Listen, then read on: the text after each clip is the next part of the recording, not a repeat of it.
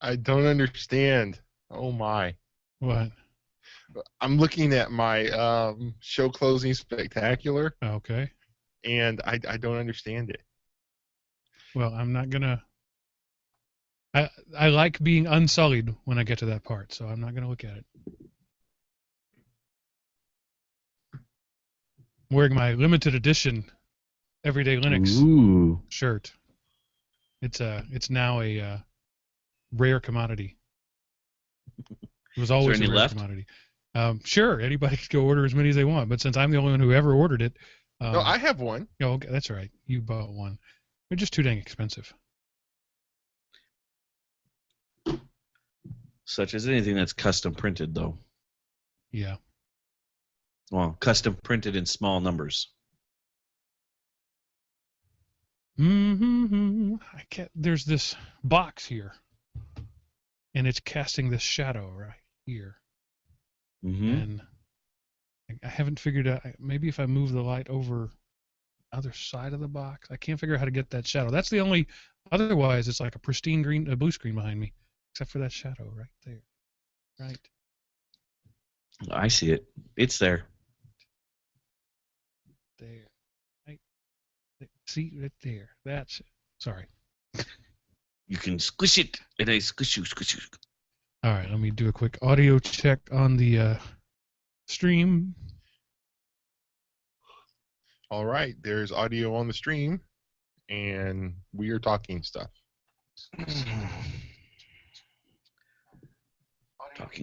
Talking. Everyone is talking. All right, there's audio on the stream. Okay.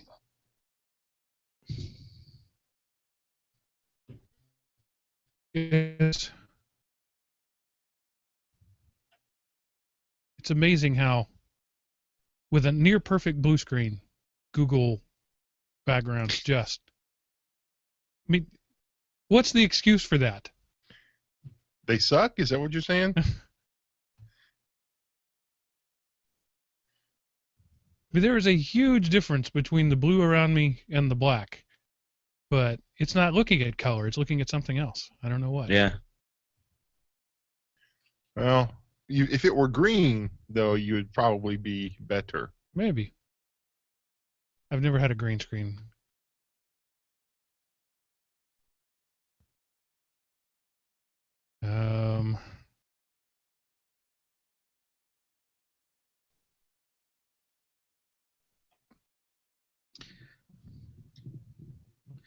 Is 231? That Yes. is correct.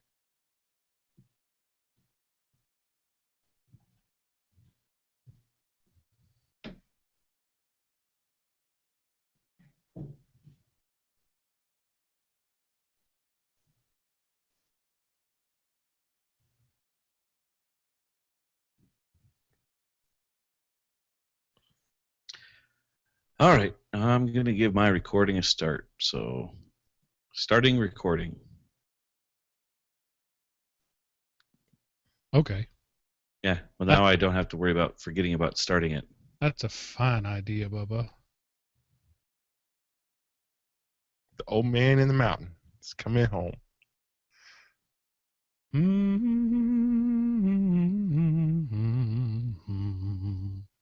Let's see if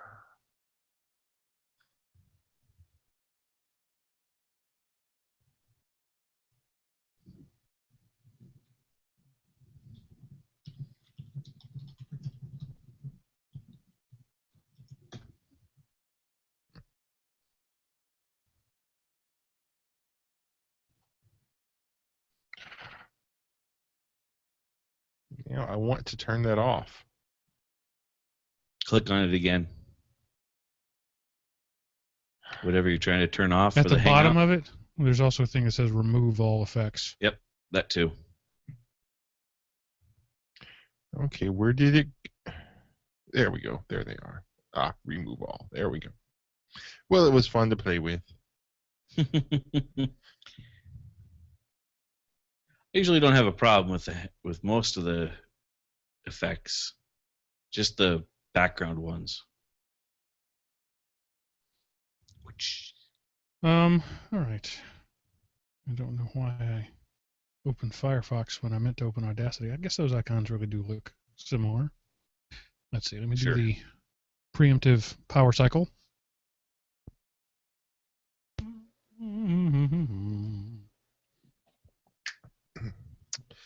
Alrighty, so I threw out some news stories there, and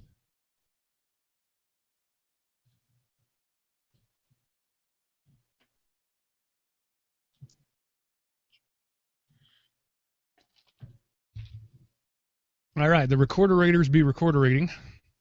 Good. And our recorderators are recorderating, I hope. Yep, I mine am is. recording now. Oh. Let's see. I like that we still do news, just not the really. I may just skip that and just call it we still do news. Maybe I'll stick with the really. I don't know. I don't care.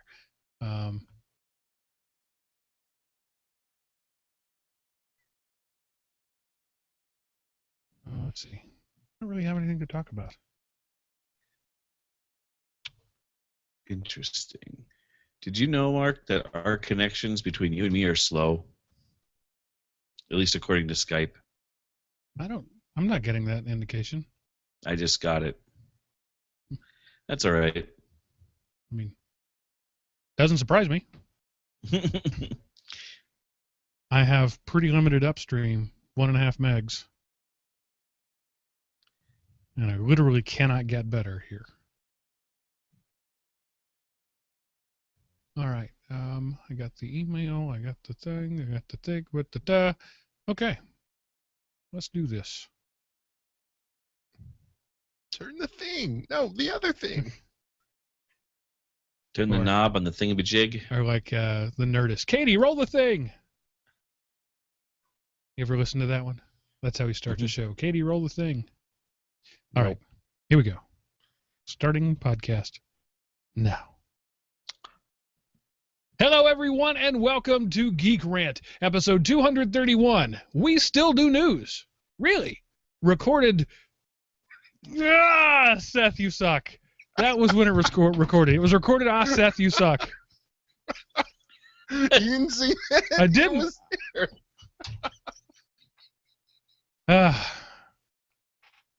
March 20th, 21st. March 20th. It was, 20th. We're the 20th today. 1 score of days into March of 2016. Yeah. Thank you. One more time. From the top. Oh, that hit me just right. That was awesome. With feeling. And I started to just totally do the Ron Burgundy and read it, and then was like, nah, I can't. And so there was that moment of existential angst there where I was like, I don't know how could I, okay, one more time. Hello, everyone, and welcome to no, it's not Everyday Linux anymore. See, the mojo has left me. I've lost it, and I can't get it back. I've fallen, and I can't get up. All right. Mark. Call the repairman. One more time. Hello, everyone, and welcome to GeekRant, episode 231. We still do news. Really? Recorded March 20th, 2016, and brought to you by Element OP Productions. ElementOP.com. Welcome back, ladies and gentlemen, to the only show on the internet that is by geeks and for geeks, except for all the other ones. My name is Mark. I am your host, sometimes called the Sultan of the Soapbox. And joining me this week, as always, are your two stalwart co-hosts, Chris, the Command Line Godfather Neves, and Seth, the Gooey Kid Anderson. Hello, gentlemen. Hey, Mark, Seth, and everyone out there in podcast land. It's awesome to be here. Let's have a good one. Should be interesting. And I would like to add my greetings to everyone as well. Welcome one, welcome all, welcome one and all. Chris, I was actually planning on having a crappy show, but since you said let's have a good one, I guess we'll go ahead and do that. Good. I like having good shows. Yeah. You talked me into it. Here we go. Twisted your arm. So this week we've really been giving short shrift to the news lately. So this week is all news all the time, except for this part where we're not going to talk about any news. So Seth would like you to know that he has now switched entirely to Bing because he's now a Binger. No, I'm a Wait. binger Oh. officially. I went. I binge watched Daredevil. Started it Friday night and finished it Saturday morning. So season 2 of Daredevil is now officially under my belt. So I got a big belt. I can accommodate a lot of stuff there. So my wife and I are intentionally savoring it, right? Because last year we didn't quite binge it, but we came close. We watched 13 episodes in probably 4 weeks, and then we had to wait a whole year.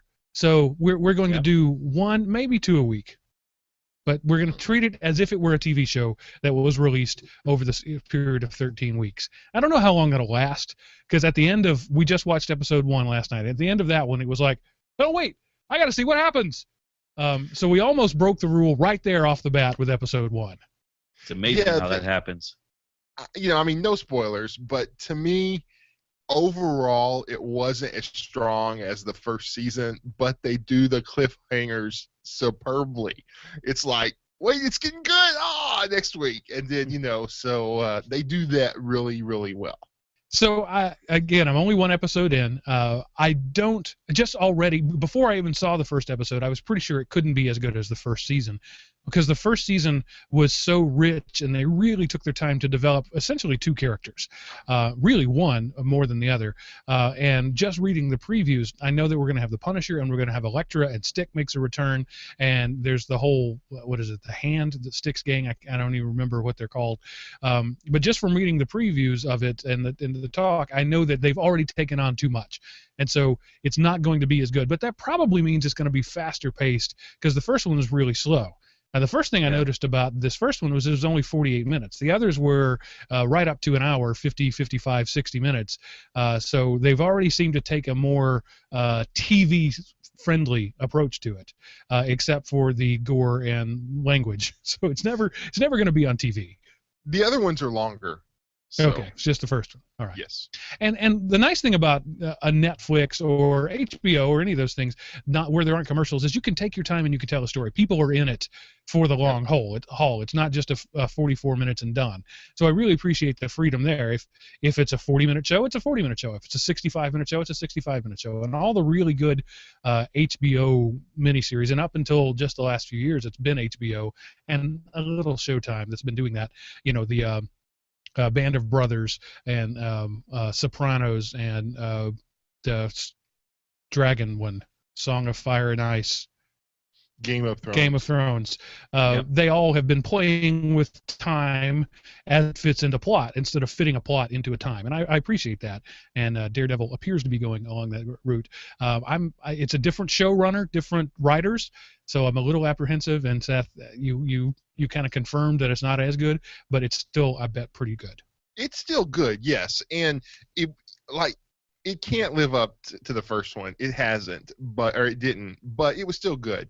And yes, they did do, I think, too much, because they just, it was too much, and it was different writers. You could tell it had a different feel to it, but overall, it's a good, solid effort. And if you like the Marvel Netflix, I would say it's better than Jessica Jones. I mean, I like Jessica Jones. I thought Jessica Jones was good, but this is better than that.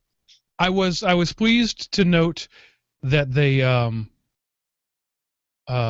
stuck with either the same art director or took really strong cues from the original, because the lighting, the set pieces, the angles of just filmmaking were, again, in that first episode, very much in keeping with the second one, except at the first 4 or 5 minutes in the first battle scene, it's not even the right word, you don't even see Daredevil, which is kind of surprising, because early on in the whole first season was all about up close personal action, and I really hope they're not going to carry that trend out.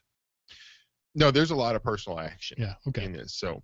And there, it came in later, so we're not going to make this the Daredevil show, but my wife and I rewatched season 1, binge watched it in preparation for season 2 over the last 2 or 3 weeks. We've been watching several episodes, and even though I knew the story, even though I knew what was going to happen, those moments that were gotchas the first time still got me, and that is the sign, in my opinion, of really excellent writing. It's the same thing when I go back and watch Empire Strikes Back, which I've seen dozens of times at this point, I still get caught up in those moments. When the blast doors open and Vader is there and Han shoots at him and he blocks it with his palm. Spoiler alert. That scene is an intense scene, and it still surprises me. Not surprises me. I know it's coming, but I still get that intense rush of adrenaline because it's so well written and so well directed, and everything leads you to that point. They've manipulated your emotions like a puppet on a string to get you to that point. And Daredevil was brilliant in that. It was not television, it was filmmaking. And that, even having watched it a second time, knowing all the curves, knowing all that was going to happen, still, with the final episode, when they go to the, I'm going to do as non-spoiler as possible because maybe people haven't seen it, but when they go to the newspaper office to arrest somebody, even though I knew who they were going to arrest, I was still thinking they were going to arrest somebody else. And that's really well done film, the storytelling. And so I really hope that the second one can at least carry that on. Even if they're doing too much, if they do it well, then I'll be happy. Yeah, and if you just got Netflix, watch the first one before you watch the second one, because there's so many things that they do such a good job of recalling the first season that you'll miss these moments, and you'll miss I remember when. And so you really need to watch the first one. It's definitely designed to be season 2 and not like a totally standalone thing. Well, that's good. So have you seen it at all, Chris? No. I watched most of season 1, and it just kind of didn't tickle my fancy the way I wanted it to, and so it fell off my queue of things to watch. Maybe I'll go back. And you might not be able to stay on the show much longer. I mean, I don't understand how you could say that about season 1 of Daredevil. Well, like I said, it was good. I just never. I wasn't a big Daredevil fan. I mean, I liked him. It was one of those characters when I would pick his books up when I would be reading it, but I just never was a diehard Daredevil fan. Yeah, me either. But the series was still phenomenally awesome. So yeah. Okay. And tomato. Yeah, I'm not going to fire you, but I'm definitely going to cut your pay for that statement. What's a cut of free? Well, I got to cut you at least 50% of nothing. Okay. So we could go on and on because I love the fact that it's such a bonanza these days of really good television that's available. And that excites me because the really good television isn't on television. Yeah. I haven't seen, Orange is the New Black, Transparent, all these other things, House of Cards that are getting high acclaim because the thing is there's so much of it that there's more than I can watch. And just 5 years ago I couldn't say that. All the good television I could watch in an afternoon. Right. And I can't say that anymore. And it's sort of a rebirth of the medium, and I appreciate that. It's about time. Yeah. Renaissance. I can't remember who said it, but there was a guy who said television is called a medium because it's very well done. And I have felt that for a long time, and really since Star Trek went off the air. And there have been a few things. Law and Order is really good. It's not my thing, but it's really good for what it is, the first one. And then there was Law and Order 90210 and Law and Order South Beach and Law and Order Bikini Babes, and it got to be too much. Mm-hmm. Yep. Yeah. No disagreement there. And the CSI Redneck edition and, all of those. It's like once we find something that works, let's just really overdo it until it doesn't work anymore. Right. And that's sad. Received loud and clear. And that's the sad thing about television nowadays is that's exactly what you get. You get the same show rebranded 5 or 6 times, and then they wonder why they get knocked off the air. So, Chris, you've moved to a new world of YouTubing. Did you pay for the new YouTube Red? Actually, what happened is because my daughter has commandeered my Pandora subscription, I turned off my contributor for Google Contributor because I'm not using it as much as I thought I was going to. But what I did is I took that money that I was using for Contributor and put it towards Google Play Music. The unlimited $10 a month that you get unlimited music through Google Music. Now with a nice side benefit that I didn't realize until after the fact was that it automatically gives you YouTube Red, which was kind of cool. So for $10, you get YouTube Red and Google Play Music without any issues. The other thing I noticed is that if I wanted to, I could upgrade to get the family pack for $6 more, which is tempting. So for $16, I can give YouTube Red and Google Play Music to the whole house. And so you do that by whitelisting accounts? Is that how that happens? You add accounts to the primary. So if I'm the primary, I would just add my son's email address, my wife's email address, my daughter's email address, and they all would sign in, and bada boom, bada bing. Not Bing. That's a different company. That's Binge. Sorry. Oh, darn it. I had it's sort of a surreal one of those you really don't get me moments a little while back. My 13-year-old daughter she's always an entrepreneurial type. She wants to walk dogs or babysit or whatever. Her latest business venture is making soaps and selling them for less than she makes. She hasn't quite figured out that whole profit thing. But she makes really nice custom soaps. Like they're shaped like cupcakes. And literally when I first saw the batch, I came in from work and there was a batch sitting in the garage on a table there, and I thought they were cupcakes that somebody had set there to cool because they looked exactly like real cupcakes, but they're soap. Wow. She's an amazingly talented girl. And she came to me one day and said, I need your help setting up a PayPal account. And I said, well, honey, you're 13, you're not allowed to set up a PayPal account until you're 18, but if you need to do some sort of, transaction, I can get you a prepaid credit card. What is it you have in mind? What is it you want to do that for? And she said, well, I'm setting up this website for my business. And I thought, you're what? And I went, and she had some like Weebly site or something like that. And it was like a knife through my heart. It's like, honey, do you not know what I do? Really? She wanted to do it herself. Come on. Yeah, but and I let her do it herself. But I set up her domain. I gave her a full-on. Actually, I started to do a full-on WordPress, and I thought, well, that's a little too much.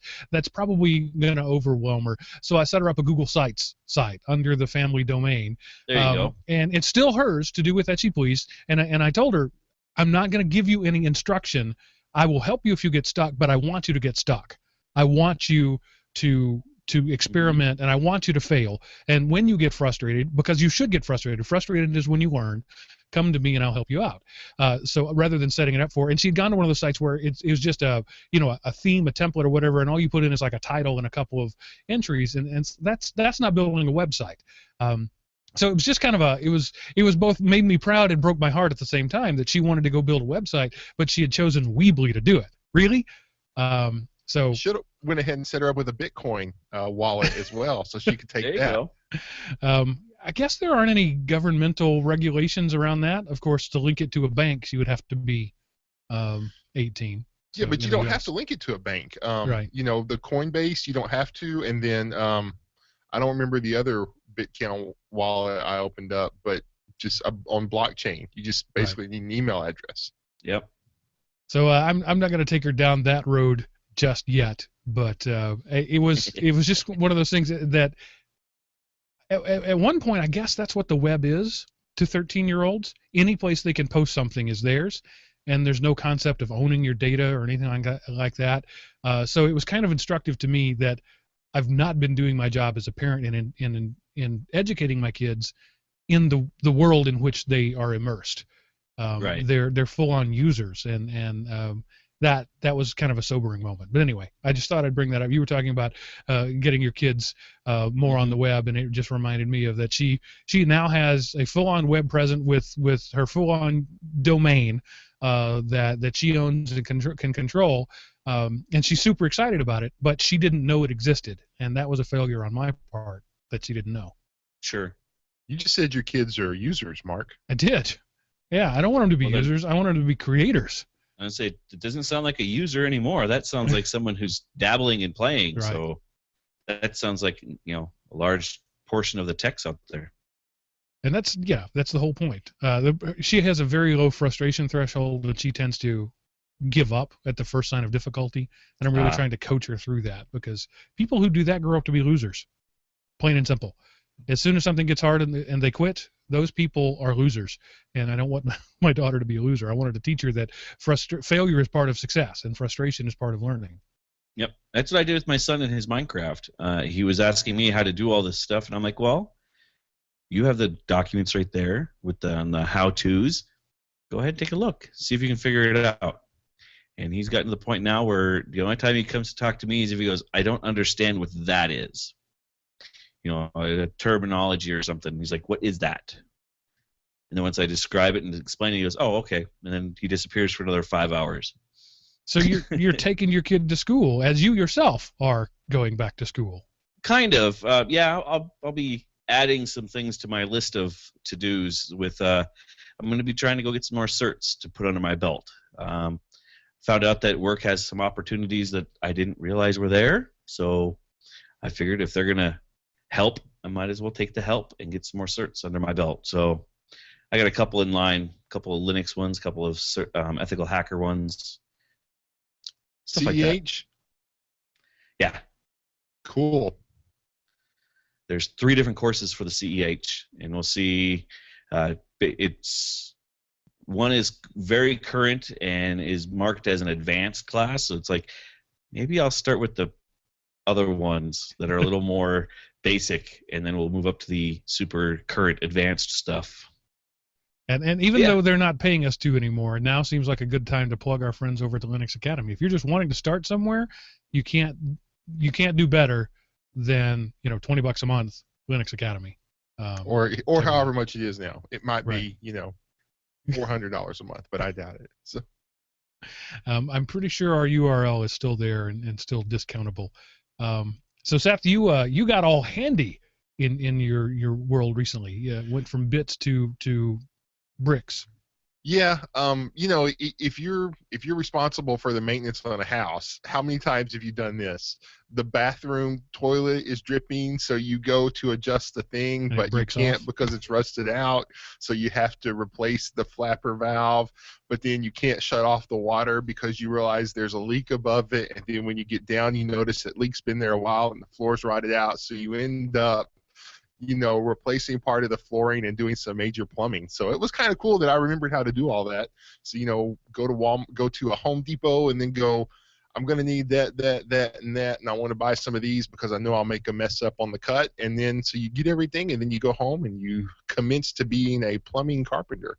So fun that I remembered how to do it and got to use some skills I haven't used much anymore. But you know how it is. You go to fix this one thing, but you can't fix that one thing because you cycle back and these other 3 or 4 things are broken that you never realized. Right. And then you've got to take care of them all. That's so can fun. Open worms everywhere. Yeah. Yep. Although I did learn something. You don't have to use wax when you set a commode anymore. They make this like rubber kind of seal thing that you can use now. And so, if you I set the commode the first time, I didn't quite line it up. Well, when I had to pick it up, that would have been a whole other wax ring. But no, you can reposition them with this thing. So you can still use the wax seals, but you don't have to use the wax seals anymore. I was like, I'll pay extra for that. Thank you very much. And see, I did that with one of mine, and I ended up spending a few more dollars than just the one with the flange-looking thing. Mm-hmm. And I got one with the wax seal and the flange. So it gave me the super tight seal between the floor and the toilet and everything, and then the flange, so I didn't have to worry about making sure I was lined up right. Cool. The last time I replaced a wax ring under a toilet, the bolts that hold it to the floor were so rusted solid that I couldn't tear it. I couldn't get it to loosen up, and in the process, I broke the ceramic. And so instead of replacing a ring, I replaced a toilet. So from then on, it was let's hire a plumber. Fun time had by all. Yeah, and ironically, where this place was, obviously the bathroom was an add-on, and the door to it is much smaller than a typical door, and I couldn't get the toilet without taking the tank off and completely disassembling it. I couldn't get it through the door. So instead of, so as I was wrestling with it, trying to get it through, and then I thought, well, okay, I'm gonna have to pull it out. I'm gonna have to completely disassemble it. In the process, I dropped it and shattered into a million pieces. Then it went out through the door really easily. Don't let me do plumbing is the moral of that story.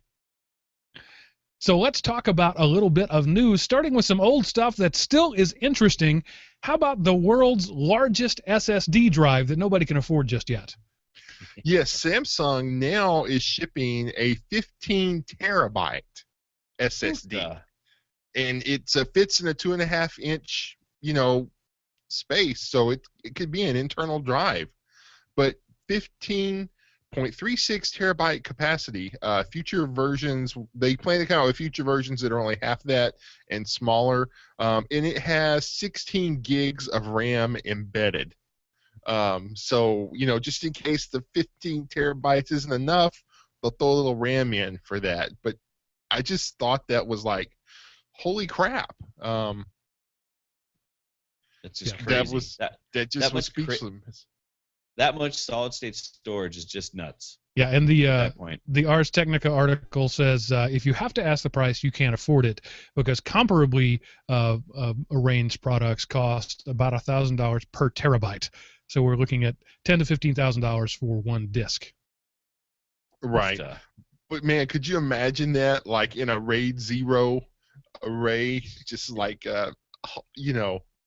dude. What is it? And not mirroring, but RAID 0 is straight up mirroring. Yeah.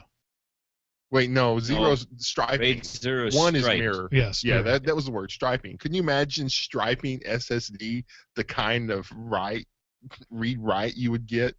Dear Lord, that would just be, the things would literally be written before they came to the computer. That's how fast they are. To actually go back in time and write the data before you created it. That's the way the world's going, right? This is the first of its kind, but the first is always, the most expensive, and then it gets way cheaper. So 6 years from now, we'll be having laptops with those in them. Oh yeah. Then what do we do? Well, but I almost think that much solid state storage is ridiculous, because everything's being pushed to the internet storage. Why would you even need that much space when everything's in sitting up there in those fluffy clouds? Yeah, this laptop I have in front of me is got, I think, a 300 gig SSD in it.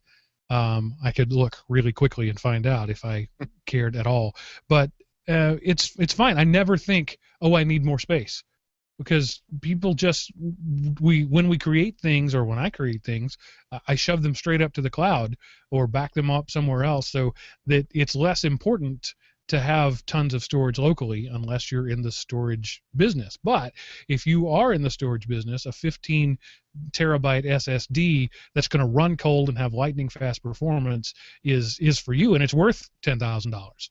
So it's just a matter of perspective. We won't need them in our laptops, but the fact is we don't need most of the laptop specs that we have today. Most people have far more machine than they actually need. Definitely. Right. Especially when you look at, if you guys have you guys put your hands on a Chromebook lately? It's been Man, years. those things are so nice. Anytime somebody comes to me and says, my son, my daughter, my granddaughter's going to college, and I want to get them a new laptop, what should I get them? I say, go to Best Buy, pick the one whose color you like best, because whatever you get, it's more than they need. Yeah, pretty much. And if it isn't more than they need, they know, and you're not having to ask. They have told you exactly what they want. Mm-hmm. Right. I was just very impressed when I put my son's Chromebook in front of me, and I was just tinkering with it the other day, and man, that thing is so nice. It's butter smooth. You have the Asus variety? No, it's the Asus, but it's the cheap one, like $100. It was like $200, $300 retail, somewhere around there. But Asus, they make good quality stuff. I really love Asus products. I'm sure they're out there because every company makes lemons, but I haven't ran across an Asus lemon yet. I've run into one where it was just bad, but that's factory issue there. For like the last 6 or 8 years, Asus has been number 2 in customer satisfaction behind Apple. And the reason Apple customers are so happy is a case of confirmation bias more than actually good hardware. If you drop $3,000 on a laptop, you're going to like it. No matter what's wrong with it, you're going to like it. Yeah. Well, I mean, and plus, obviously, a $3,000 laptop is going to outperform a $300 laptop. That's just, wow, it's so much faster than my Windows machine.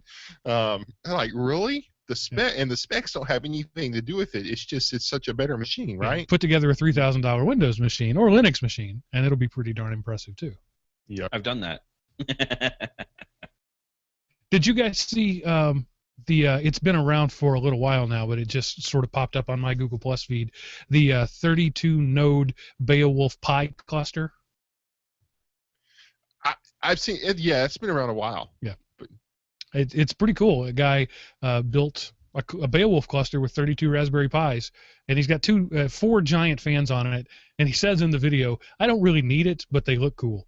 And it's got lights and plexiglass and everything. But I don't know what brought that to mind, but it's cool.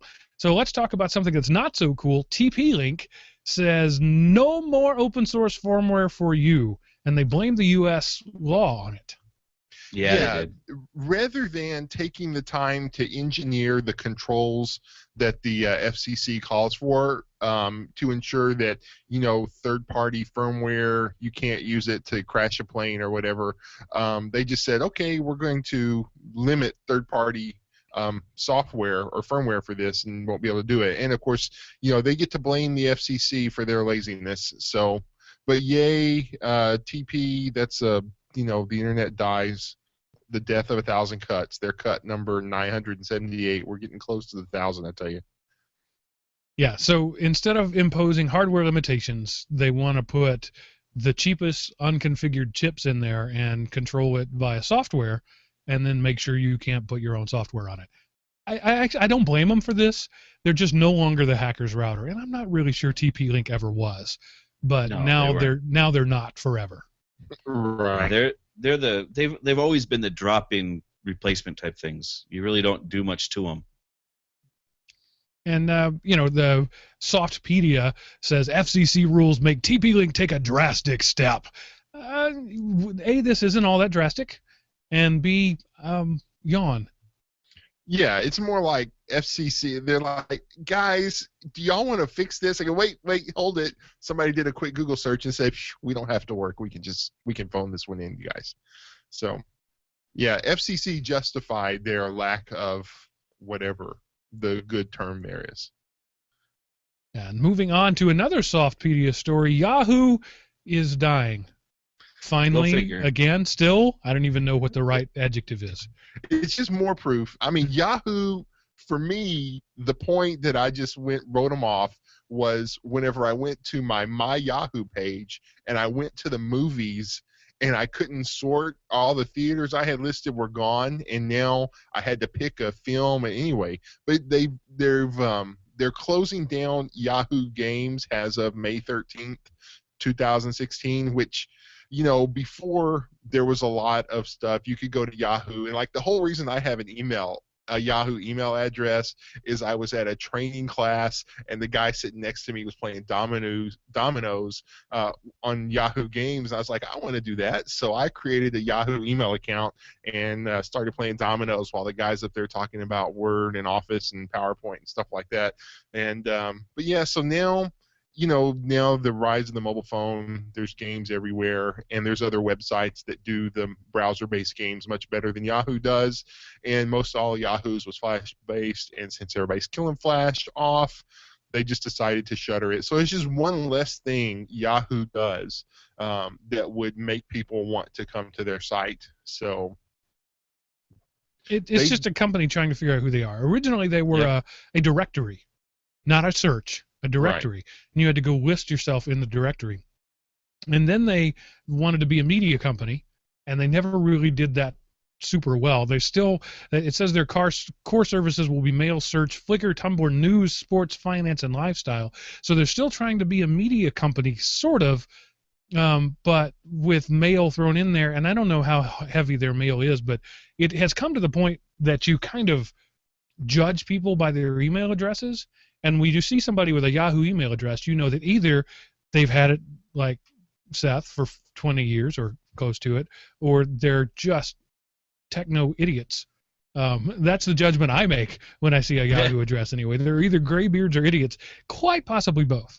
Right. It could be. Yeah, And whenever they went to like this JavaScript version of their email, and it slows down now, it doesn't load well, they stick ads all over the place.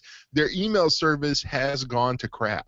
And I find myself, I haven't changed my email addresses for stuff I get, but I find myself not really using my Yahoo address because, I've got, I don't know, I could probably list half a dozen email addresses I have off the top of my head, but Yahoo is just becoming the one I'll throw to for spam because they're dying, and they don't know what to do to stop dying. And alas, Yahoo, I knew thee when. I got a Yahoo account for Yahoo Pager before it was Yahoo Messenger. And I still have that account. And in fact, I just noticed Pigeon is logged into it right now on my computer because I must have set that up years back because my family, my cousins and aunt and whatever were on that. And that was like the family messaging service, now completely replaced by Facebook. But I'm looking at it right now, and I'm logged into Yahoo, I guess, Messenger, the API on Pigeon. So it's still there.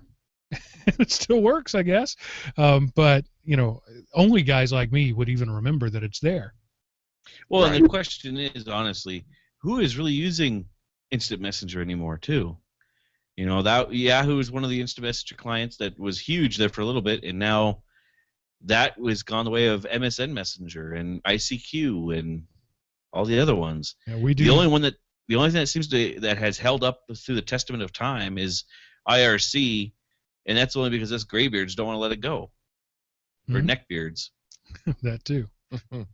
The times they are a changing, and people have tried to create their own federated services. Something. What is that? WhatsApp? No. I can't. XAMPP, XMPP protocol. Okay. That's what Google was based off of for a while. There's an open source thing there that I'm just wow, my Spark? brain will not Spark and Open Server, OpenFire. Right. I set one of those up at my school years ago, and the idea of federated instant messaging is appealing to the neckbeards.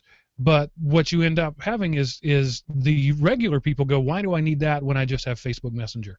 And everybody I know is on Facebook. I don't need federation. I need Facebook.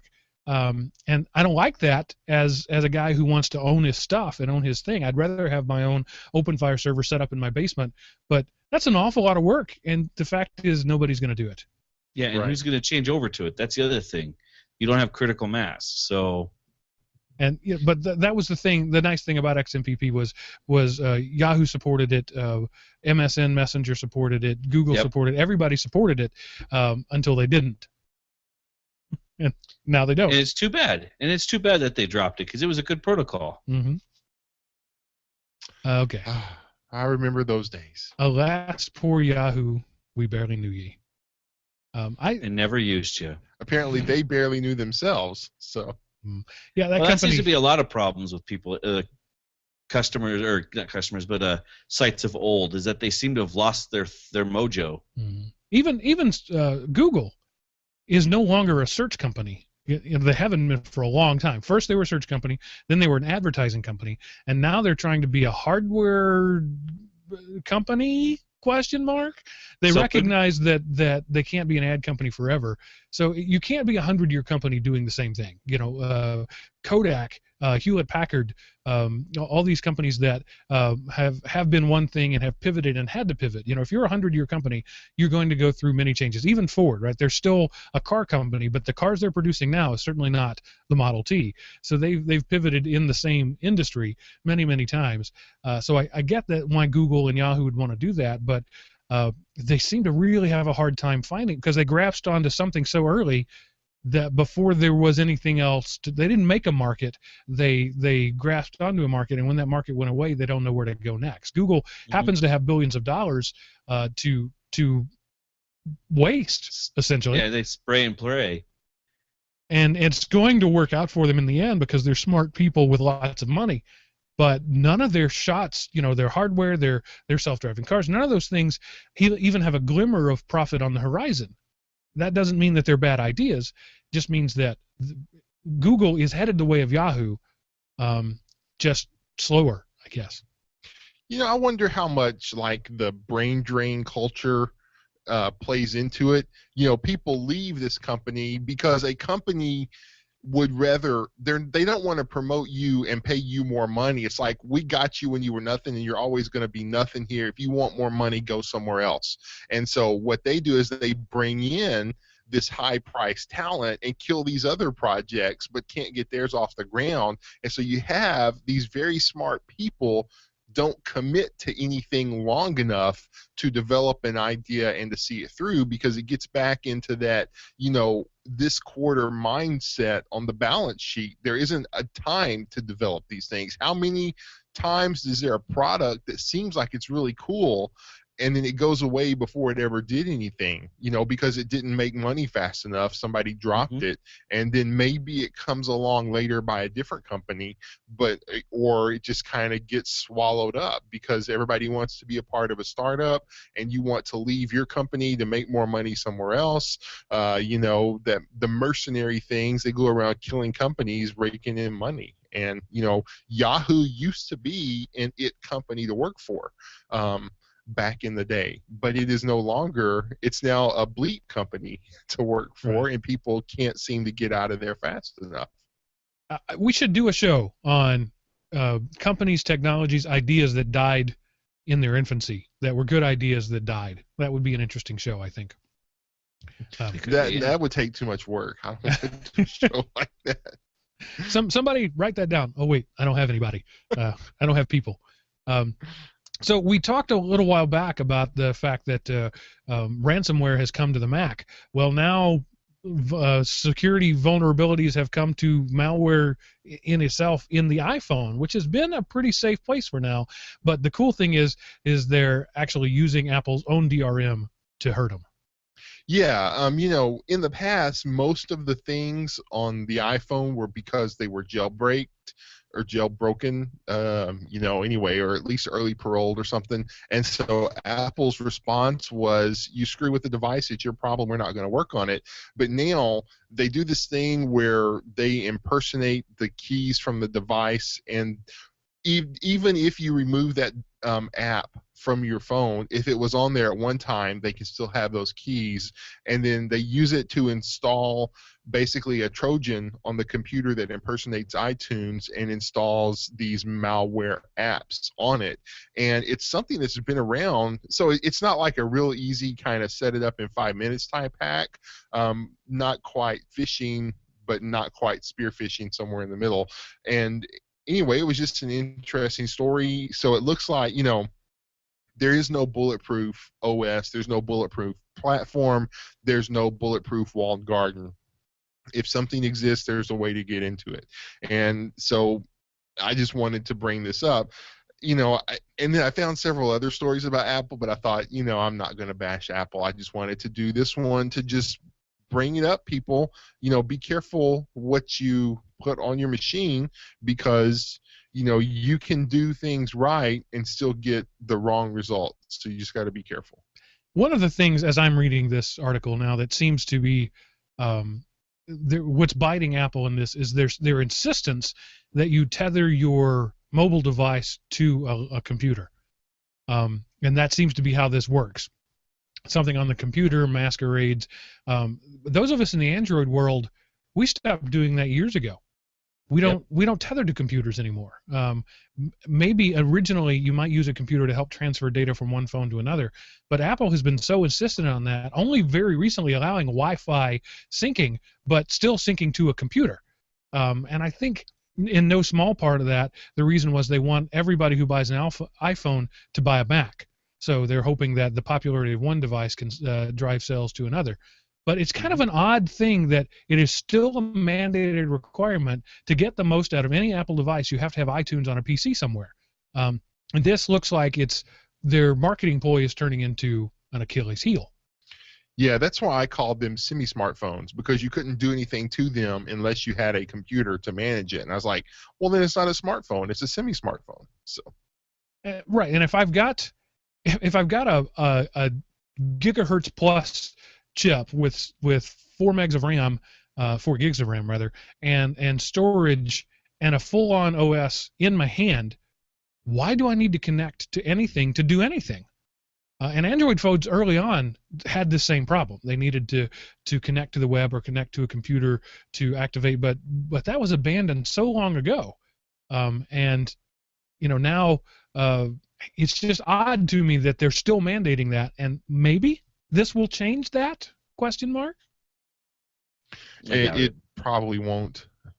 It's probably still somehow your fault for using only their store to get apps. And part of it has to do with their, they're not open or upfront about their vetting process. There's probably just some email they receive and then wait a week and then automatically approve it. Once the apps were pointed out to be malicious, they took them down. But really, once that was done, you're kind of SOL, because if you downloaded this app thinking it was legitimate, even if it was removed, it was still able to get this kind of session key is the wrong word, but it's basically they're able to hijack credentials from that phone or copy them or clone them is probably a better word, and then use those credentials they got to install other malware on your phone later on. Right, so they don't scrub the permissions once you remove the app. The app still has a toehold, which I'm sure Apple did to make things easy. You might want to get that back someday, and here's all your stuff. But it's not a simple change; it's an infrastructure change. Mm-hmm. And Google's been adding, or not Google, but one of the newer phones that is out there has added something similar to this. The Robin, that was a Kickstarter. They have an app or a system set up where you can say, I don't want this anymore right now, but leave all your settings and all the other stuff, but dump all the bases of it off into the cloud and re-download it when you want it back. So it's interesting how that problem could still come to bite an Android because of that type of system on the Robin. Yeah, the Robin phone was designed to have, just what I was saying earlier. You don't need local storage anymore. That was sort of the central design ethos of the Robin phone, was minimal storage on the phone, use the cloud, to the point of deleting and reinstalling apps multiple times in a week. It decides you haven't used this one in a while, I'll purge it on your behalf. Interesting idea. It hasn't really taken off. I would hope not, because everything they design is designed to be used in a high populated area with an excessive amount of bandwidth. When you're somewhere where if you have adequate bandwidth, you're really hamstrung because everything is on the cloud, and things local. So that's how come I want the 15 terabyte drive, so I can set up a media server that I'll never do, and that way rip all my DVDs and CDs and music and whatever and have them at my house. And still not use them. Just like I have DVDs I haven't even opened yet. I should get them and put them somewhere I'll never watch. And it's the same reason I don't watch Netflix, because I don't want to go into Netflix. I just want to scroll through the channels looking for some garbage that I can tolerate for 5 minutes on Dish while overpaying my bill. As long as you're not going to watch them, you might as well not watch them locally as opposed to over the air. Right. Yep. So moving from one company that has been siloed and protected to another, Xbox is breaking out of the gate there and hinting at the fact that they would like to allow you to play multiplayer games against Steam, against PlayStation, and just really going out of the gates there and saying, if you've got the game and somebody else has the game, we'll hook you up. Yes, they just announced this week that they would support cross-network play between its latest gaming console, so the Xbox, I think the One is and other platforms. Primarily it's Steam now, but PlayStation has hinted that, hey, we'll do it too. So I think it's kind of cool. You can now. You don't have to, if you're going to buy a game, you don't have to ask your friends which one they have and get the same one, because, hey, I bought this Xbox, and all your friends goes, I only play PlayStation. You're like, oh, man. So then you have to buy that one too. So now you have an Xbox and a PlayStation. Now, as long as it's the same game, you can play cross-player. and again, it's something they just announced, so it's not like it's ready to roll and it's only going to be on certain games. It'll roll out over time, but the intent to move that way is basically what they announced. And I think that's pretty cool. Cross-platform gaming. Woo woo. Of course, The that only does. problem with that. Go ahead, Chris. And so the only problem with that is the fact that this has been promised for years now. This has come up and over saying we're going to have this. It's going to be great. You're going to love it, and yet it still has yet to happen. So I will hold judgment back until I actually see it happen, because I would love to play games with my brothers and my kids and my friends, because we're all over 3 different consoles. But what that doesn't, it completely glosses over the fact that most AAA game titles are platform specific. Yes, that's been touted for a long time, saying that it's a PlayStation exclusive. So you're relegating yourself to older games or secondary market games anyway, and the fact that a gamer with a mouse and a keyboard beats a gamer with a controller 99 times out of 100. So one of the reasons that even where you could cross-platform between, say, the Xbox and the PC when playing Halo, people didn't like to, because the guys with the fine-grained mouse control slaughter the guys with the clumsy, drunk PS or Xbox 360 game controller every time. Well, and not just that, with the ability to write up, prefab macros and anything else like that, where you can get that half a second edge. PC's going to knock it out of the park every time, and you can't do that in a Xbox or PlayStation world. At least not yet. Well, and along with it, Microsoft announced keyboard support for the Xbox One. So again, just because it's announced doesn't mean it's there yet, and even once it's there, the game developers will still have to do it. And that's another thing. Just because Microsoft says, "Hey, we'll do it now," the game developers still have to do it, because while the base of the code might be the same for the different platforms, it still has to be tweaked and made platform specific. Now you have to make ways to make it compatible. So this is like step 1 to the finished project, but the journey of 1,000 miles begins with the first step, and this is basically what that is. So the intent is there. So in the future, we can talk about it probably about the same time that Linux rules the desktop. That's right. when Linux hits 63% of desktop absorption. Amazon, moving on from one tech giant to another, is saying that old Kindle Paperwhite you've had laying in your desk drawer, you better hook it up or it's over. Yeah, they are saying that if you don't do it by Tuesday, it will no longer automatically update. So that basically means all of the Kindle books you buy after then, you won't be able to get them on the old machine now. Which means if you're listening to the show when it downloaded on Wednesday, sorry about that. Yeah, but you can still download it to a PC and connect it over USB and do it. It will just lose the ability to automatically update unless you update soon. Excuse me. And so definitely go do it. No indication here on this Verge article as to why, but I could totally guess why. It's security. They found a bug somewhere that needs to be fixed, and they won't let them on their network because they could compromise their network.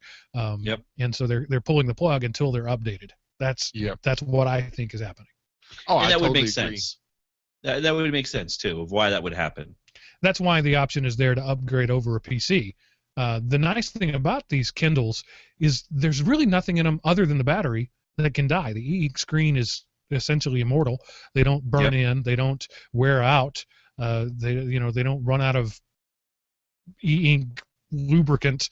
They're just there forever. And you can download thousands of books on them. So you may have downloaded a library of books 4 years ago and haven't touched it since. That's entirely plausible. Haven't needed to be on the network, so it hasn't been updated. Yeah. What else can we say about it? It's. I can't wait to see how many angry blog posts we get because it's all broken. That should be fun. I'm not even going to pre-click this link because Seth's description of it is so perfect. A plague of biblical proportions is upon our digital lives. Yes, this is a soft PD article, and researchers from, I never could pronounce this, SCCUNIA. Secunia. Secunia. They detected over, and this is in 2015, they detected over 16,000 vulnerabilities in 2,484 software applications from 263 different vendors, a 2% increase compared to 2014 and a 39% rise compared to 2010. And here's the thing, because the amount of bugs being discovered and disclosed is exploding, they don't monitor as much software as they used to. But it's just, bugs everywhere. The last time there were this many bugs around, locusts were consuming all of the crops in Egypt. So, and most of them come through the browser. No surprise there. And most of them attack known bugs that have been patched. No surprise there. Update, people. Definitely update. And I was just going to say, from the list they did, most of the vulnerabilities were in Chrome, followed by Adobe Flash, Adobe Air, Firefox, Internet Explorer, Windows 7, Adobe Reader, Apple's iTunes, Oracle JRE, and Microsoft Excel. So, which is so surprising to me because that goes in reverse order of what we perceive as stable. Other than Flash, take Flash out of that. That's the one that is the one you expect. But Chrome, we geeks think Chrome is stable. Firefox, we think is stable. IE, that's not surprising. Windows 7, is far down the list now. Windows 7 is a hardened thing. Adobe Reader, we all kind of just think that that's a thing. So the top 3 are the ones that we expect to be secure, and the bottom 2 there, Java, JRE. How many times have we talked on this show about Java exploits? And yet it's at 81 compared to Chrome's 516. Well, but you also got to remember, though, with Chrome, that updates as fast as they can push them out. So you never see the update window actually hit for Chrome because they're taking care of you. So that doesn't surprise me that they have so many more bugs. And that's true. Microsoft Excel being at the top of the list there, people don't know how powerful Excel is. It is not just a calculator. It is a full-on development platform, and it's so powerful that nobody knows how to use all of it. But not only that, but it can do real damage in your machine. So that's why a hacker would go after Excel to do that, because it's such a powerful tool. Macros, they are the sin of the world. Did you guys see the news about the BBC and the New York Times getting nailed by a drive-by cryptoware again? Yes, by ads, serving ads on their websites. Yep.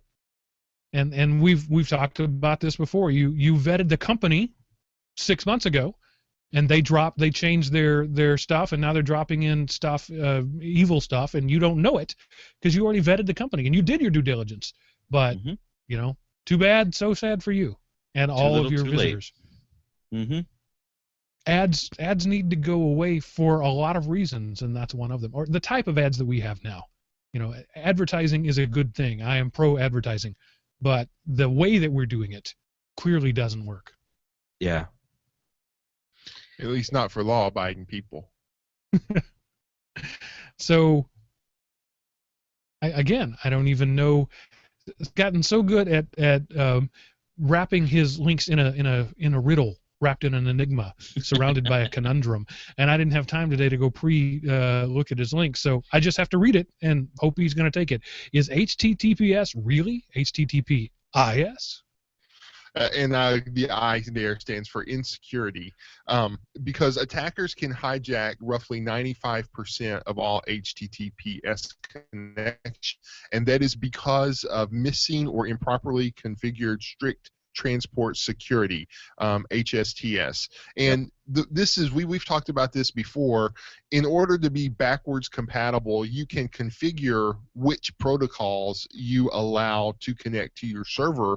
And some of the protocols that are still recognized by the browsers are so old, and they've been broken and hacked and flaws found, and they aren't actively developed, that you can have a quote-unquote secure connection, but the crypto on it is so weak, in order that somebody who's running, you know, the latest version of Internet Explorer that would fit on XP can still connect to their site. Or, you know, somebody switched over to Firefox, but they're running like Firefox 6 and never did the auto updating. And so they can still connect to the site, but they can't do it with the latest protocols, but you still want them to be able to get on Facebook, and to, so you can push advertising to them.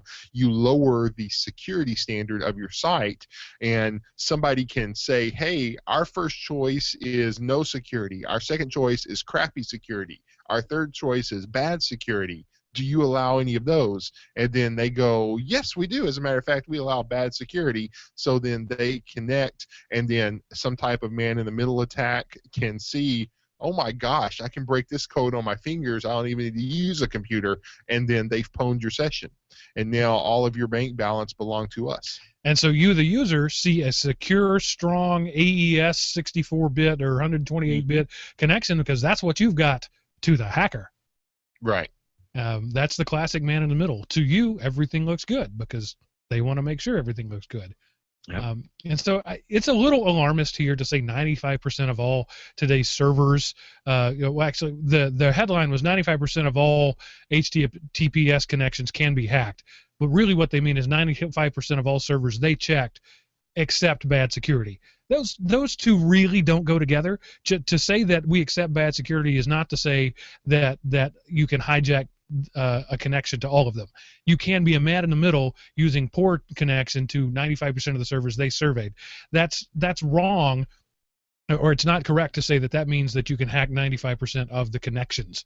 So bad on you, Softpedia, for your headline writing. But still, it's something to pay attention to. If you run a web server, see, I don't even have HTTPS on my web server. So my security is no security. And I think that's actually better to have no security than think people are secure. And I hope that nobody puts anything significant. I hope that in my forums you're not using the same password and username you use on your bank. But so it's not that it's not secured. It is secured in the database, but the connection is not. And so that one of the reasons I've done that is because I don't want to. I would rather have no security than try to make sure that I always have the latest security. Maybe that's the wrong mentality, but it's the one I have. Yeah, well, but see, the problem with that is that, Google and other sites like that, they're depreciating the results that aren't HTTPS. So if somebody is looking for, hey, if I just wanted to listen to Geeks Rant, what could I find? So we're going to fall behind the other places because our connections are HTTP and not HTTPS. So, because you understand the role of security and most people don't, you've prevented most people from finding us on the first page.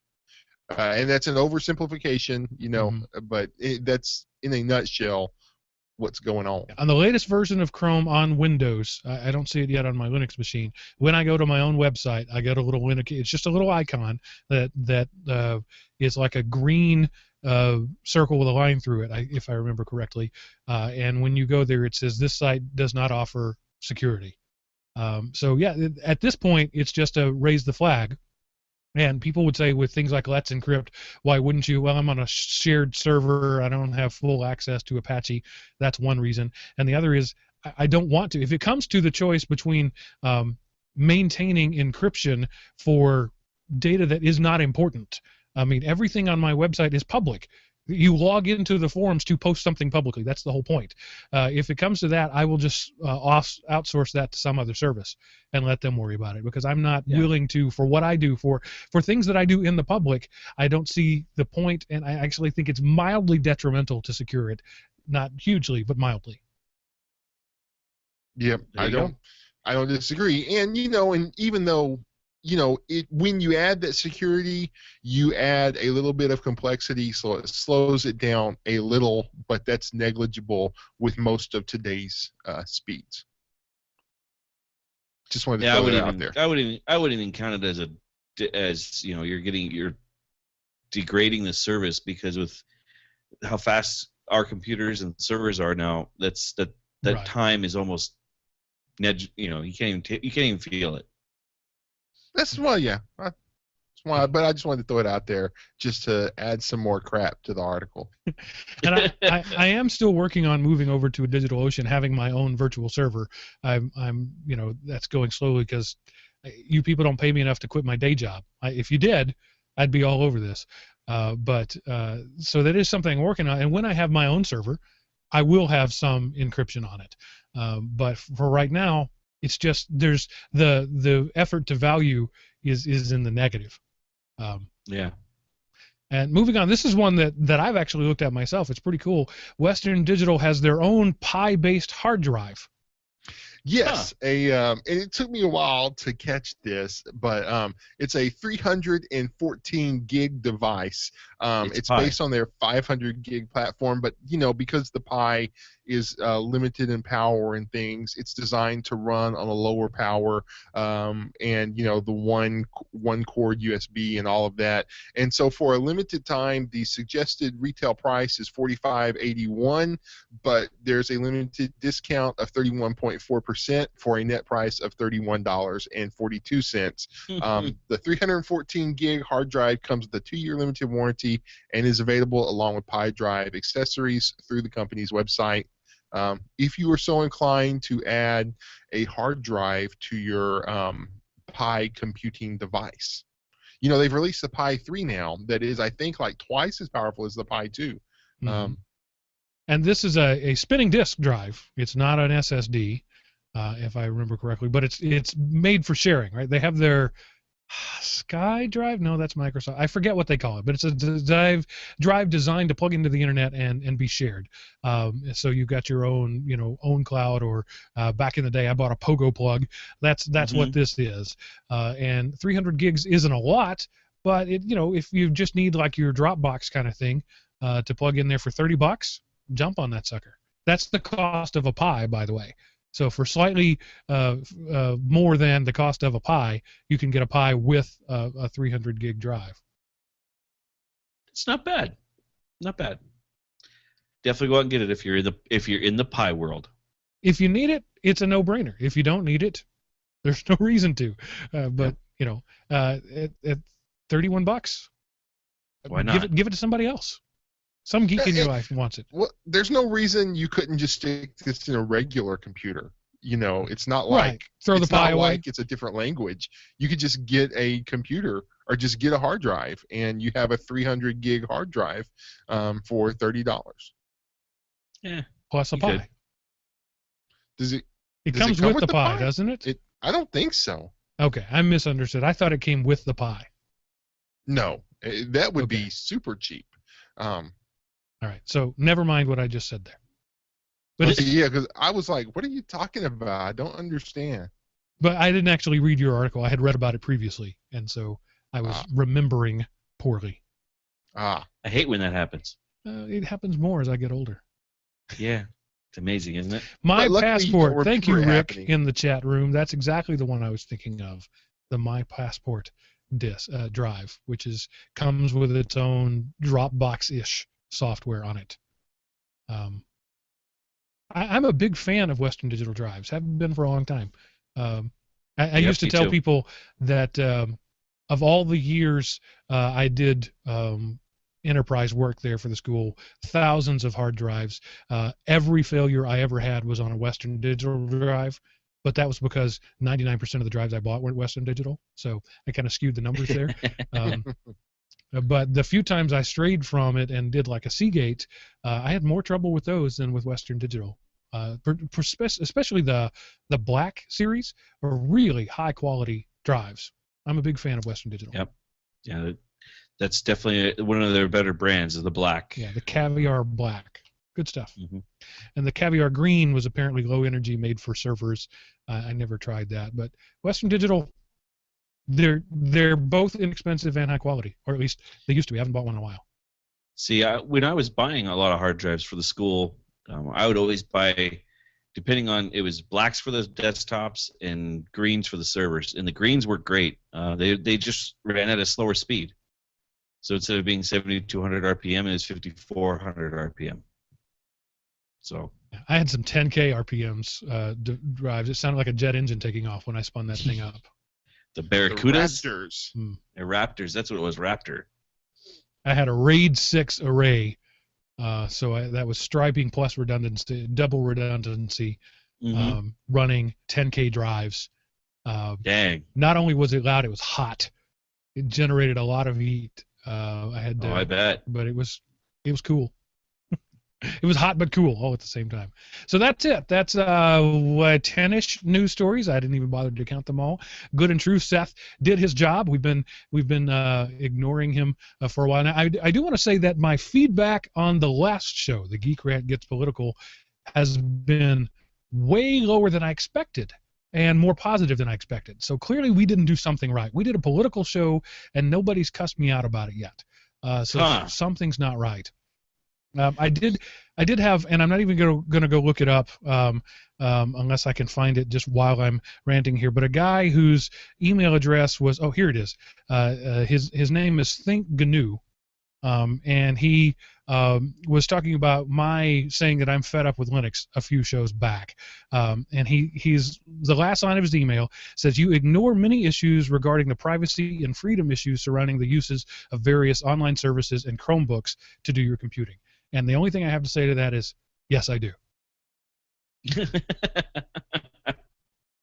I do. That I do not make purchasing decisions. I do not make usage decisions based on freeness. I just don't. So I understand that that's important to you. Your name is Think GNU. So I get that that's important to you. It's just not to me. So you need to understand where this is coming from. You and I live in different worlds in terms of thought, and I don't make usage decisions based on the principles of openness. I just don't. If I can use open and it's functional, I will, because I find there's more versatility there. But it's just not. What's the word I'm looking? It's not an ideology. I don't put my money where my ideology is there. So, just going to say that. You had used a phrase when you were in the education world every day that I really liked, and I used it a lot. I would try something because it's free, but I'll only use it if it's good. Exactly. So, but yeah, so it's like, why am I going to make myself do 3 times as much work whenever I can get this other product over here that does all of that stuff already? Granted, sometimes, because that was coded by slave monkeys in India, and this was coded by hardworking developers here in America, or what, there are rationale to that, but a lot of times the open has in, or the free has in Libre, is a lot more non-free has in time. All right. I just wanted to say that I didn't have much feedback. Actually, I didn't put any in the show notes. I'm expecting to get more as more and more people listen to the show, and we'll probably, like we did the Facebook, have a full political fire follow-up. The first bit of feedback I got at all immediately after the show was recorded last week was somebody listening live and said, "Don't ever do that again. You're geeks, don't talk politics." Okay, wow. That's reasonable criticism. I understand that, but we kind of told you right from the start you might want to skip this one. So we'll see there, but that was from Think GNU. I just wanted to share that. Not even the rest of his thing, because he's talking about DMCA. He misunderstood what I've said many times over the show, so it's not really worth going over. But he accused me rightly of ignoring the privacy and freedom issues when I make my purchasing decisions. Yes, I do. You are correct. So having said all of that, Seth, what happened this week in history? Okay, well, I wanted to involve the courts because, we all love the courts and the great job they do with American copyrights. March the 19th, 1972, Anastoff, or Atanasoff, he's judged the official inventor of computers. John Vincent Atanasoff, and again, I can barely speak English. I'm awful with names. He emerges as a victor in a protracted U.S. legal battle for the title of the inventor of the electronic digital computer. A judge determined that his work had preceded and contributed to the development of the ENIAC machine, whose inventors had previously been credited.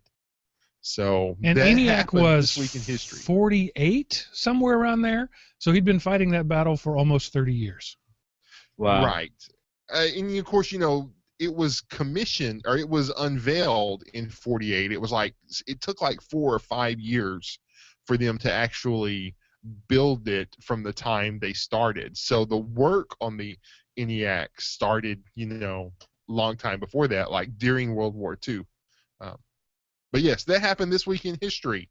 Wanted to get, that's something that I'd never heard of this guy before, but I heard of the ENIAC when I took my history of computing class or computer literacy class in the 8th grade. My but 8th I grade don't computer remember this literacy guy. class told me that Charles Babbage was the father of modern computing. Well, he was like a grandfather, precursor, the difference engine that he never built, but somebody in his family tree built a working model years later. But yes, he basically developed a diagram of the difference engine, but I don't believe he produced it. And it was not her name? electronic. Ada Lovelace. Lovelace Yeah. was like his assistant, and and this is what I don't understand. She kind of helped do the programming, but the machine was never built. So anyway, there you go. There's a little extra geekery for you, listener. Since we weren't as geekery as last week. This just came to my mind. I don't know why. Nothing you said should have sparked this, but it did. A physics history book I was reading recently talked about the first time in the 80s, somewhere on there, they tried to build a mathematical theoretical model of the Big Bang, taking what we know of the laws of physics and working it backwards. They literally melted a computer. Got it so hot doing so many calculations that it melted down. And for some reason, you're talking about Ada Lovelace reminded me of that. Maybe she was involved. It would be ridiculous to think that, but somehow that triggered that. But we've come to a place now where these theoretical models can be done not easily, but they're certainly done on a regular basis.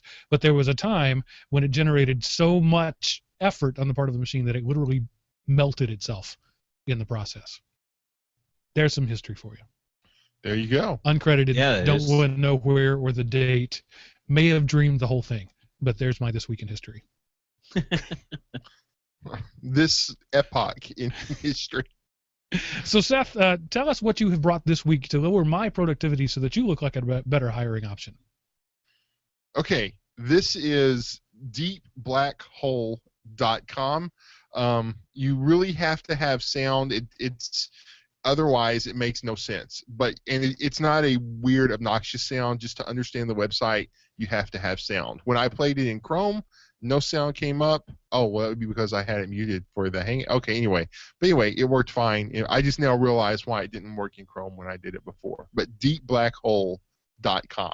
Just, it's weird. It's pointless. That's why I came up with it. Are you guys hearing it coming through my computer? Yeah. No. Let's just say Wile E. Coyote would be proud. Yes. And apparently it's a one-shot deal. You got to refresh the page. You can double-click after it's dropped, and you'll get another one. Okay. I've been trying to throw it in there because you can throw the stone. Oh, and it falls when you double-click it. Uh-huh. I got nothing. It won't come back to me. It's still falling. Yeah, you got to wait for it to finish. Deepblackhole.com. Try and get it to try and throw it in the hole. That's kind of hard. Yeah. Did you drop it or did you I tossed it up. Oh no, I'm trying to fling it from the lower left. Okay. Because there's a little bit of physics going on where it kind of says, all right, well if you let go here, it's going to go this far. I love the fact that we have I've mentioned this before, we have such well-developed physics engines that a website A one-trick pony website that doesn't really do anything Yeah. can have a realistic physics engine. So impressive. We just, it's a great world we live in. It is. Yeah. It'd be cooler when we fix some of the bugs that we all know is out there. If we don't have net neutrality. One of the common things in both philosophy and physics is, what if we're the simulation of some scientist in a computer? What if we're Angry Birds? And some guy is playing Earth on his iPhone as he waits at the train. That's a funny thought. Yeah. There was an episode of Star Trek: The Next Generation where they got Moriarty in the box, and they talked about what if we're all some simulation, right? And then they all kind of turned and looked at the camera. So that's like the only time I ever remember them breaking the fourth wall. Yeah. But it was really cool. So, by the way, read John Scalzi's Red Shirts if you haven't already, just based on that. So that's all I'm going to say there. This is the part of the show where I tell you how you can contact us, how you can be a valuable member of the show. First thing, you can do as TAA Linux and Rick Crouch have done tonight, and you can be live chatting with us and trying to distract me as the show goes on. It's harder to do than it used to be. That used to be Chris's main goal during the days of the old Tightwad Tech Show. He would log on just to distract me, and he has actually thinned the herd. He has made me better, so that don't have to listen to me going squirrel anymore. But it was fun. It was a great time. Yes. Apparently, all it takes to distract you is one score of days. So. Yeah. We record roughly 7 p.m. Eastern time ish on Sunday nights. Generally, we start before 7:30. No, wait. We're supposed to start at 7:30. Generally, we start before 8 Eastern time. I'll let you Google where that actually is in your time zone. But we love having people hang out with us live, so come do it. But also, you can go to elementop.com, click the Contact Us button at the top of the page, answer the world's hardest CAPTCHA, and send us your comment that way. Or you can send an email to geekrant@elementop.com. That goes to all three of us simultaneously. Or if you would like your voice to appear right here alongside mine, sharing the electrons with me, you can do send a voicemail to I am Opie. No, gosh, what's the phone number? I don't remember the phone number. Is it I don't remember it at all, so I'm not going to pretend. I am Opie 88 or I am Opie, right? I don't think that's it. Is that it? I don't remember. I have completely blanked on the phone number. I'm clicking on Contact Us and it's thinking about it. Well, it's not there anymore. I had to take it down. 559 I am Opie. That's it. Yeah, that's it. 559 I am Opie. Oh my gosh. Oh my gosh. My brain just went. I remember Paul Harvey doing that one day, doing 800-282 Bose when he was doing, and he couldn't remember the phone number. And right there, he just kind of broke down and had an aneurysm doing his Paul Harvey. And he said, well, just look it up. So I can say that I have failed as spectacularly as Paul Harvey. That's probably the only way that we will ever be alike. But 559 I am Opie, that will leave. You can leave a voice message there on our Google Voice mailbox, and we'll put you on the show. We love when people do that. People haven't done that as much lately. I did get a Voxer from somebody, I can't remember who, but I don't have an easy way to play that on the air, and then I forgot about it until just now, so that's my real reason. But he left us a voicemail over Voxer, which is a possibility if you want to search me out. Oddly enough, Mark Cockrell is not such a rare name, so you may not find me that easily, but you're welcome to try it out anyway. All those ways, we like to hear from you. Thanks for hanging out with us, and we'll see you next week, because that's it for this episode of the GeekRant. Toodaloo. Laters. Voxer. Is that it? It is Voxer, right? Yeah, Voxer. Yeah. I don't know anyone who's using that. Oh, it's big on the Podnuts network. Really? Yeah, Voxer. And it was one of their hosts, Martin Obando. That's who it was. It looks like another one of those messaging clients that are to get people to move to it. It's the same as all. It's been around. I've had Voxer for 8 years. It's been around a long time. It's when Alcatel was doing the push to talk thing, Voxer was the Android version of it. My wife and I used to use it for that. Okay, that makes sense.